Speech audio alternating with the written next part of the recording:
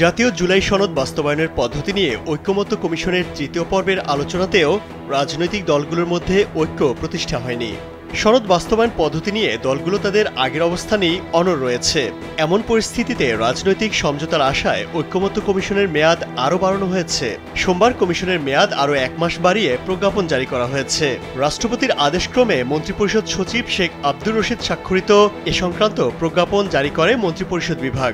এতে বলা হয়, জাতীয় ঐক্যমত্য কমিশনের মেয়াদ আগামী 15 অক্টোবর পর্যন্ত বাড়ানো হয়েছে, যা অবিলম্বে কার্যকর হবে।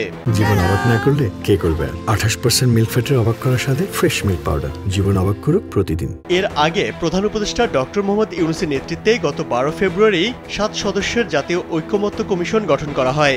অধ্যাপক আলী রিয়াজ এই কমিশনের সহ সভাপতি ও সংবিধান সংস্কার কমিশনের প্রধান হিসেবে দায়িত্ব পালন করছেন। এই কমিশনকে প্রতিবেদন দাখিলের জন্য 6 মাস সময় দেওয়া হয়েছিল। সেই হিসেবে গত 15 আগস্ট এই কমিশনের মেয়াদ শেষ হওয়ার কথা। কমিশনের কাজ শেষ না হওয়ায় প্রথম দফায় 15 সেপ্টেম্বর পর্যন্ত মেয়াদ বাড়ায় সরকার। এখন দ্বিতীয় ধাপে কমিশনের মেয়াদ 15 অক্টোবর পর্যন্ত বাড়ানো হলো।